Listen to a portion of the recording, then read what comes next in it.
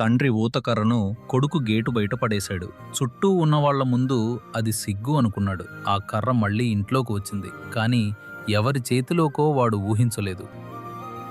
గెస్టులు వస్తున్నారని విక్రమ్ కంగారు పడ్డాడు.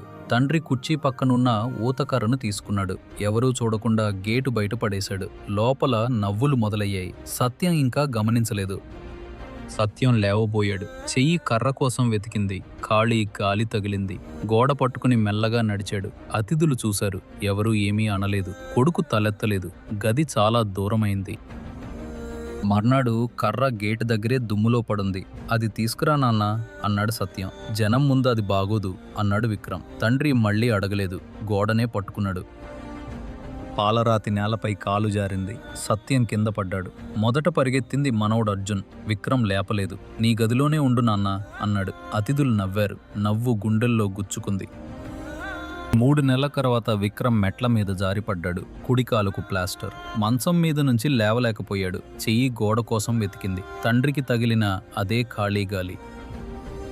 అర్జున్ గేటు దగ్గరికి పరిగెత్తాడు.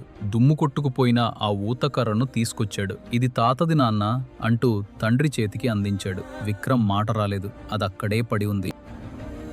సత్యం మెల్లగా వచ్చి ఆ కర్రను కొడుకు చేతిలో పెట్టాడు. ఇది సిగ్గు కాదురా, ఇది ఆసరా. పడేసిన ఆసరా పడిపోయినప్పుడే విలువ తెలిసింది. కర్రను పడేయొచ్చు, ఆసరాను కాదు.